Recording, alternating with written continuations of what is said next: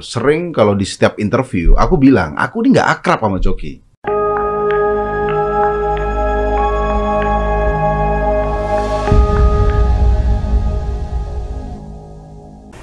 Bismillahirrahmanirrahim. Assalamualaikum warahmatullahi wabarakatuh. Kembali lagi bersama saya Khalid Al-Walid. Polisi telusuri kemungkinan Coki Pardede memakai sabu bareng teman komika. Katanya nggak akrab sih. Teman bikin konten ya kan, dimana ada Coki Pardede, di situ ada dia, tapi giliran temannya ketangkap dia cuci tangan, ngomongnya nggak akrab, apaan gitu kan. Sebelum saya memulai video ini, sekedar disclaimer buat kalian pendukung Coki Pardede. Yang pertama, dia sudah mengakui sendiri ya kalau dia punya kasus sama jenis. Yang kedua, anggap saja saya sedang ngedark jokes sekarang ini. Saya sedang ngedark jokes ya. Jadi bebas ya kan. Aduh, ikuti itu kalian. Idola kalian. Padahal kita umat Islam ini terkhusus ya kepada pemuda-pemuda Islam yang mengidolakan si Coki Pardede ini dengan istilah hiya. Kalau tak lihat komen di Twitter itu hiya, senang banget ya, senang. Apapun yang dilakukan Coki Pardede, mereka membela dengan alibi, embel-embel, dark jokes lah, apalah segala macam. Mereka tidak bangga dengan sejarah-sejarah Islam, dengan pahlawan-pahlawan Islam, pahlawan-pahlawan Muslim, cendekiawan-cendekiawan Muslim, ulama-ulama Muslim yang terkenal di seluruh dunia gitu. Bahkan Barat mengagumi mereka. Seperti ilmuwan Muslim, cendekiawan Muslim, penemu kamera. Dia yang pertama kali mencetuskan kamera dan bukunya ditemukan hari ini 1000 tahun yang lalu, sejak 1000 tahun yang lalu. Bahkan sebelum ilmuwan Barat menciptakan sebuah benda bernama kamera, dia sudah duluan mencetuskan, saya lupa namanya, searching aja di Google, itu cendekiawan Muslim. Ketika kita umat Islam, pemuda Muslim memahami sejarah kita, maka insya Allah kita akan bangga dan mengidolakan mereka-mereka yang patutnya diidolakan gitu. Bukan orang-orang seperti ini yang justru hari-hari setiap kontennya itu tidak terlepas dari ejekan-ejekan terhadap agama kita, terhadap kepercayaan kita. Walaupun dia tidak melakukan secara langsung ya, kebanyakan simbolis apalah segala macam. Seperti ini nih video ini. Mana ya? Apa prank terparah di muka bumi? Enggak. Nyuruh sembelih anaknya sendiri tapi nggak jadi.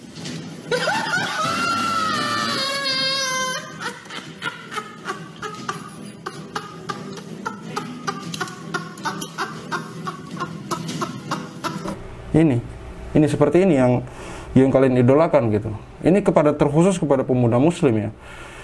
Apa prank terparah di muka bumi?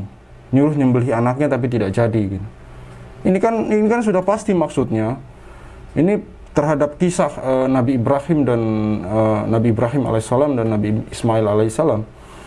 Di mana di situ si Coki Pardede ini ketawa dengan terlepas banget, kayak bahagia sekali gitu. Di situ ada tretan Muslim, seorang Muslim gitu.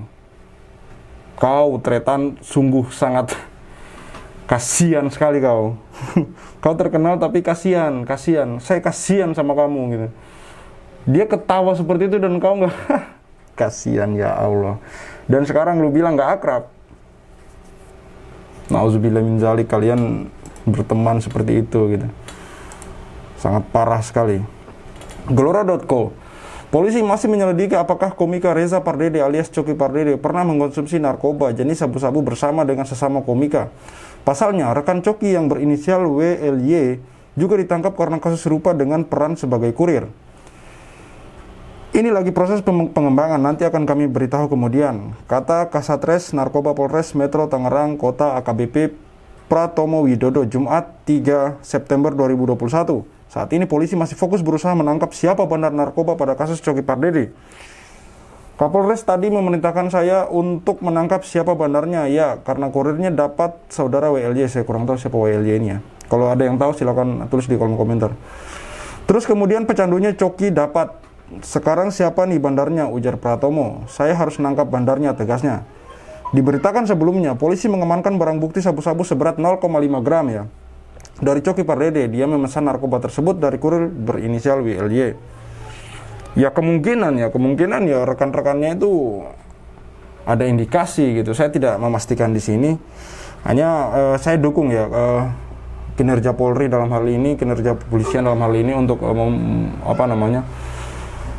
membersihkan atau menumpas narkoba ini gitu. Karena ini penyakit masyarakat yang sangat mengerikan sekali ya. Ketika orang sudah kecanduan maka segalanya akan menjadi berantakan. Di sini juga ada komen dari Babe Haikal Hasan, Ustadz Babe Haikal Hasan ya. Babe Haikal rata-rata pembenci ulama, doyan porno, pengguna narkoba, ada masalah seksual. Saya tidak perlu bacakan di sini dari Gelora News. Kalau teman-teman pengen baca beritanya, silakan aja ketik di Google, searching sendiri. Di sini juga ada dari media online posisi cerdas. Gus Umar bongkar konten Coki Pardede dan Tretan Muslim. Giliran teman kena kasus dia bilang nggak akrab. Iya, ini di podcast Deddy Corbuzier ya. Om Deddy Corbuzier di situ saya juga sudah nonton di situ berdurasi 40 menit lebih, di mana si Coki Pardede ini si Tretan Muslim ini mengatakan bahwa dia tidak akrab dengan Coki Pardede. Mereka ketemu hanya by konten saja, ketika membuat konten baru ketemu, setelah pulang ya lepas gitu aja. Kalian percaya? Percaya kayak gitu? Percaya orang yang sudah buat konten sudah bertahun-tahun ya. Ini yang saya tahu mereka ini sejak 2018. Kasus kurma dan madu itu kalau tidak salah itu tahun 2018. Sebelumnya mereka sebenarnya ada di Suci 4 bersama Zawin, Abdur Arsyad yang juara 2, terus David yang juara 1 sama Dodit Mulyanto. Tapi saya tidak tahu mereka ini ada karena mereka memang tersisih di awal-awal. Saya yang tahunya cuma mereka itu yang masuk di 4 besar ya. Mereka saya ketahui setelah viral kasus kurma dan babi gitu. Dan sejak itu saya tahu kalau mereka ini sering collab berdua membuat konten gitu. Dan hari ini si Tretan Muslim ini ngomong kalau dia tidak akrab dengan Coki Pardede. Aduh. Lambe nih. Komika Coki Pardede terjerat kasus narkoba hingga diciduk aparat Satuan Narkoba Polres Metro Tangerang Kota di kediamannya Kamis di kawasan Tangerang Rabu 1 September 2021. Polisi menemukan barang bukti sabu seberat 0,5 gram. Penangkap Coki pun membuat nama Tretan Muslim disebut-sebut sejumlah pihak karena kerap membuat konten bareng dengan YouTuber bareng di YouTube Majelis Lucu Indonesia. Biasanya orang yang pakai narkoba itu bawa-bawa teman.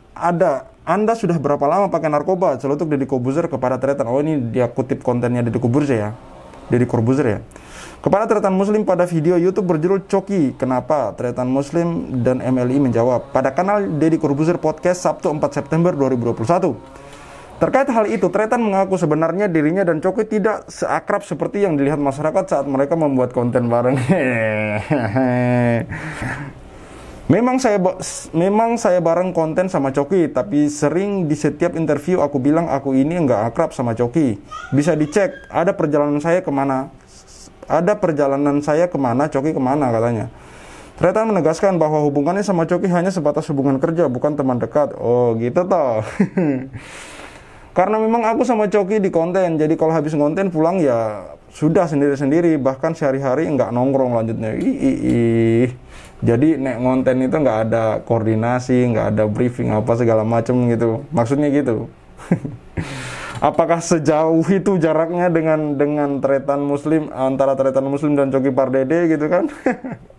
Pertanyaan tersebut pun langsung mendapat reaksi dari tokoh Nahdlatul Ulama Umar Hasibuan alias Gus Umar melalui akun Twitter @umaralchelsea_. Bukan teman yang baik, giliran teman kena kasus dia bilang gak akrab, tweetnya seraya menambahkan emoticon tertawa. Sebelumnya Gus Umar pun membuka jejak digital Coki dan Tretan saat berbincang-bincang dengan Habib Hussein Jafar Al-Hadar alias Habib Ja'far pada sebuah video YouTube. Potongan video tersebut diunggah Gus Umar melalui akun Twitter @umaralchelsea_ Sabtu 4 September 2021. Lihat jejak digital si Coki dan temannya ini. Selalu jadikan agama konten joke. Lucunya, yang di tengah masih aja bisa ketawa, miris ujarnya. Dalam video tersebut terlihat Habib Ja'far diapit Tretan Muslim dan Coki Pardede. Oh, berarti maksudnya Habib Ja'far. Habib Ja'far menjelaskan soal tempat ibadah di masa kaum muslim tak bisa memasuki masjid di masa PPKM. Kalau tidak bisa ke masjid, maka rumahnya dijadikan masjid. Karena semua tempat yang dijadikan tempat ibadah, maka seperti masjid, jelas Habib. Pernyataan itu langsung dibalas pernyataan berbau sensitif dari Coki. Kalau tidak bisa ke masjid, maka rumahnya yang dijadikan masjid. Karena semua tempat yang dijadikan ibadah, maka dia seperti masjid. Banyak speaker dong. Masjid kan tempat sujud, tidak ada hubungannya dengan speaker. Oh, oh maaf saya polos aja, saya kurang tahu. Iya. Iya.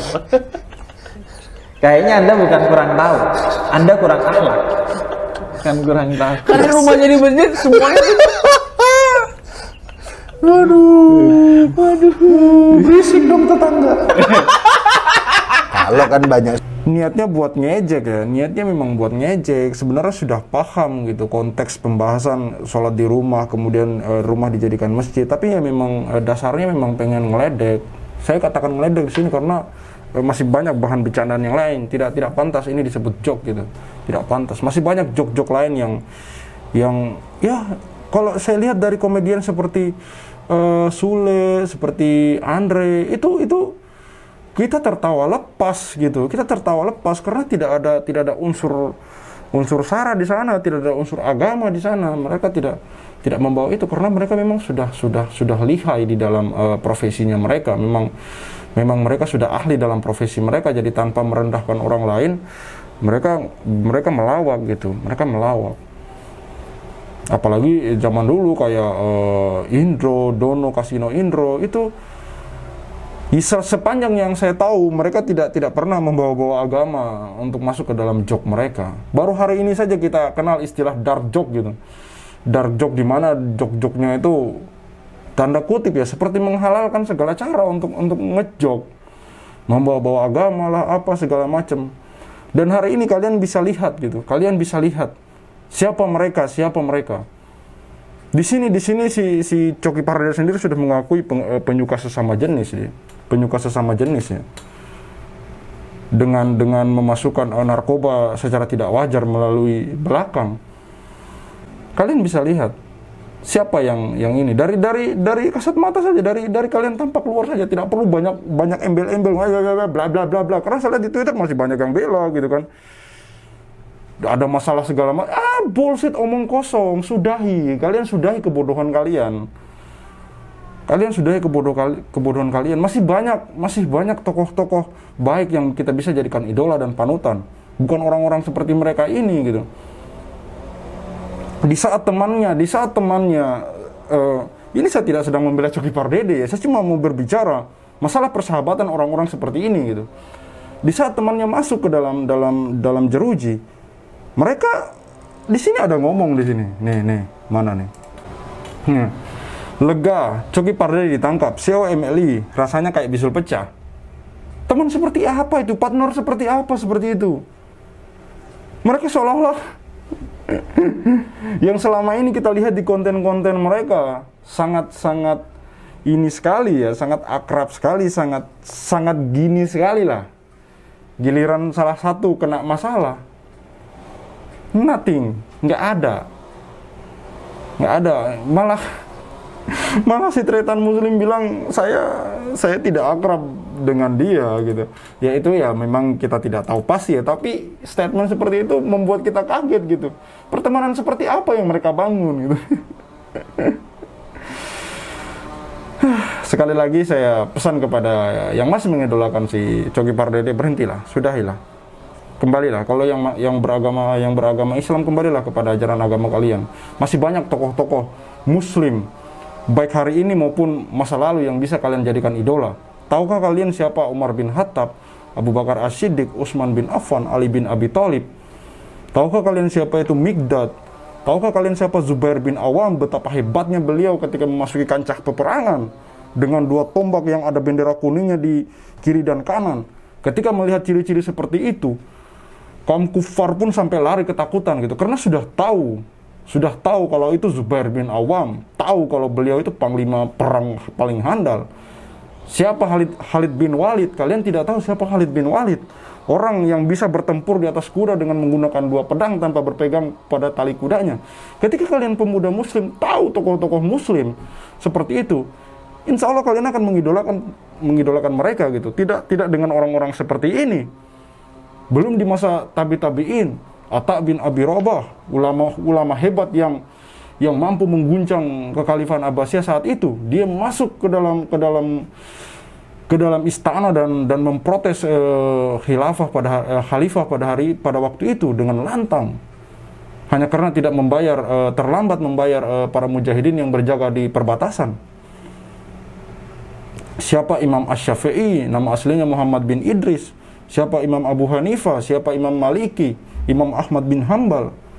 Seandainya kalian tahu para orang-orang ini, tokoh-tokoh ini, kalian pelajari kembali sejarah-sejarah Islam, insya Allah kalian akan mencintai mereka ketimbang kalian mengidolakan mereka ini. Belum lagi ketika kita berbicara cendekiawan-cendekiawan muslim yang hebat, penemu-penemu dari ilmuwan-ilmuwan muslim yang hebat, banyak. Tidak saja hari ini yang hanya kita ketahui teori Darwin lah, Newton lah, Alexander Graham Bell lah, siapa itulah yang umum kita pelajari. Tidak, ada banyak sejarah muslim, cendekiawan muslim maksudnya, yang lebih hebat daripada mereka-mereka itu. Ada banyak. Mulai dari pembuat syair, mulai dari pencetus, mulai dari penemu, banyak. Cendekiawan muslim sangat banyak. Hanya kita tidak tahu dan tidak paham. Maka kadang kita minder. Sebagai umat Islam. Karena kita tidak tahu agama kita sendiri. Karena kita lupa bahwa Allah menyuruh kita, mewajibkan kita untuk masuk ke dalam Islam ini secara kafah. Masuklah kamu ke dalam Islam secara kafah, secara benar. Kita selama ini hanya Islam KTP. Dan yang terakhir, kalian mungkin tidak terlalu tahu siapa itu Muhammad Al-Fatih. Pemuda muslim di umur yang sangat muda, menaklukkan Konstantinopel, memimpin sebuah bangsa.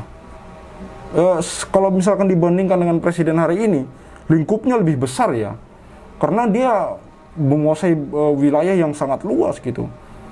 Muhammad Al-Fatih rahimahullah, beliau sangat tangguh, gagah, menguasai banyak bahasa. Kalau tidak salah di umur 8 tahun dia sudah menghafal Al-Quran. Di umur sekian, umur 18 dia sudah menjadi wali kota. Bukankah itu yang layak dijadikan tokoh? Tapi mungkin kita lupa. Salahuddin Al-Ayyubi yang terkenal di barat sana, orang barat yang paham sejarah pasti tahu siapa Salahuddin Al-Ayyubi. Tapi kenapa kita tidak bangga dengan agama kita hari ini? Karena kita tidak tahu mereka. Kita tidak tahu.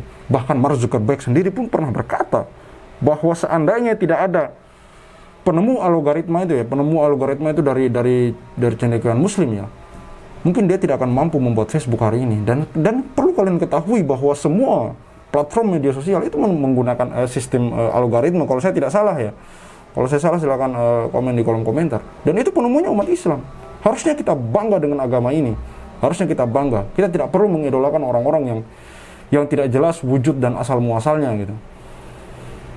Kita lebih baik mengidolakan mereka tokoh-tokoh muslim yang sudah jelas sepak terjangnya dalam kancah dunia, dalam kancah perjuangan Islam ya. Oke, cukup sekian video dari saya. Saya Khalid Al-Walid. See you on the next videos.